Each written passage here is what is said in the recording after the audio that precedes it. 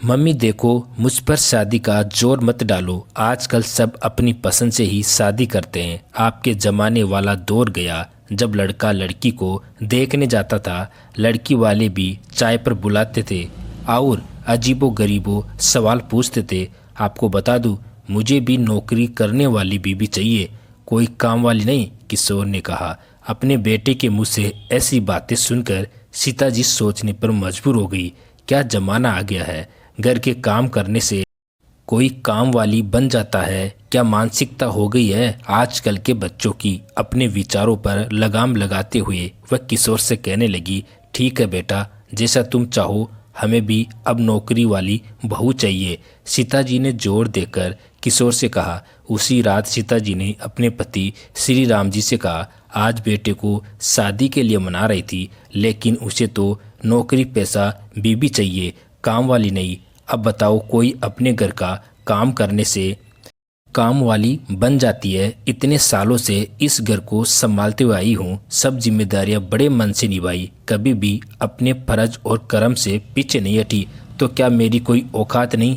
क्या मैं सिर्फ एक काम वाली बनकर रह गई हूँ? अपने मन की व्यथा को हल्का करते हुए सीता जी ने अनेकों सवाल श्री राम जी के सामने रख दिए। श्री राम जी बड़े शांत होकर सीता जी की बात सुनकर समझ रहे थे। सीता, हर पीढ़ी के साथ समय का चक्कर बदलता है।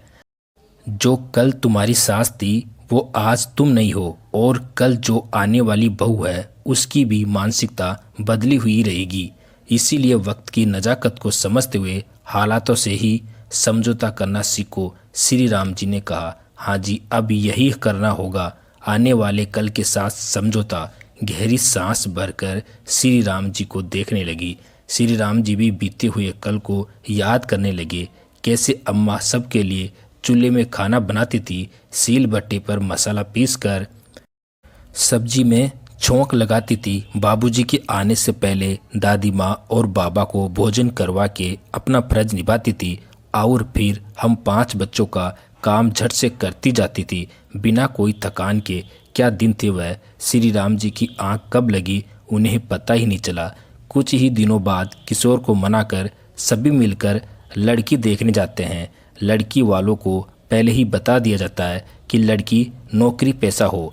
थोड़ी देर बाद तीखे नैन नक्श वाली नीरू सादे सलवार सूट में बाहर आती है और लड़के वालों के सामने सोफे पर बैठ जाती है। सभी नीरू को देखकर खुश होते हैं। मन ही मन सीता जी लड़की को देखकर अनुमान लगाती है कि लड़की सीधी सादी है, आजकल के ज़माने की नहीं लग रही। कहीं ना कहीं उनके आकलन करने के तरीके से श्री राम जी भी समझ जाते हैं कि थोड़ी देर बाद ही लड़की और लड़के से उनकी इच्छाएं पूछी जाती है। तभी सीता जी कहती है, हमें तो नौकरी वाली बहू चाहिए। तुम क्या सोचती हो इस बारे में नीरू? लड़की से प्रश्न पूछते हुए, जी मैं भी यही सोचती हूँ कि मैं नौकरी करूँ। आप जैसे लोगों की वजह से ही आज समाज के विचार बदल रहे हैं। लेकिन आप यह स्पष्ट कर दे कि अगर बहू भी नौकरी करेगी बेटे के बराबर, तो घर के काम में बेटे की भी उतनी ही सहायता मिलेगी बहू को। क्या इस बात के लिए तैयार हैं आप लोग? नीरू ने कहा। ऐसे सवाल पूछते देख नीरू की मम्मी ने कहा, अरे बेटा, ये क्या पूछ रही हो? मम्मी, सही तो पूछा, जब बेटे बहू दोनों नौकरी करेंगे तो घर के कामों का बंटवारा भी दोनों में होना चाहिए। मैं पुराने दकियानुसी विचारों को बिल्कुल नहीं मानती। मैं आज की नारी हूँ और समानता मेरा अधिकार है। क्या शादी के बाद घर बार की जिम्मेदारी सिर्फ हम महिलाओं की है?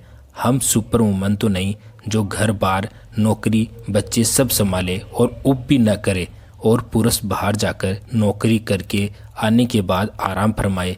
क्या अगर मैं नौकरी से वापस आऊं तो मुझे भी गर्म चाय मिलेगी? या फिर गरम गरम खाना? बहू से नौकरी करवाना ही चाहते हैं तो बेटे को भी समानता से घर के काम बराबर करने होंगे। नीरू ने कहते हुए लड़के वालों की तरफ देखा। सभी के चेहरों की हवाइयाँ उड़ चुकी थी। किशोर भी नीरू की बातों को सुन आवाक रह गया था। किशोर नीरू की बातों को सुन सोचने पर मजबूर हो गया। इधर श्री राम जी और सीता जी भी किशोर की ओर देखने लगे। किशोर ने सोचा, सही तो कह रही है नीरू, अगर मुझे नौकरी वाली पत्नी चाहिए तो उसे भी घर के कामों में समानता से काम करने का अधिकार पति के सहयोग से मिलना चाहिए। उसने तुरंत नीरू को जवाब देते हुए कहा, नीरू जी, मैं आपकी सुलझी हुई सोच देखकर खुश हूँ। वाकई आपने समान अधिकार वाले पक्ष पर चर्चा करके मेरी मानसिकता को बदल दिया। मैंने ये कभी नहीं सोचा कि जब दोनों ही पति और पत्नी नौकरी करेंगे तो घर के कामों का भी समान रूप से बंटवारा होना चाहिए।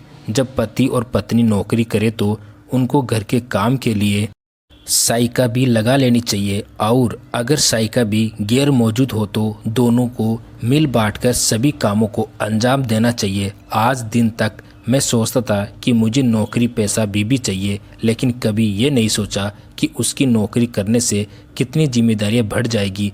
आज आपने मुझे दोनों पहलू दिखा दिए। मैं शुक्रगुजार हूँ आपका कि आपने मेरी सोच से बढ़कर अपनी बातों से एक पक्ष महिला का भी रखा। अपनी मम्मी की ओर मुड़कर कहने लगा, वाकई मम्मी, आप महिलाएं हमसे हर बात में अव्वल है। नौकरी के साथ साथ घर के कामों को पूरी जिम्मेदारियों के साथ निभाना और शिकायत भी न करना।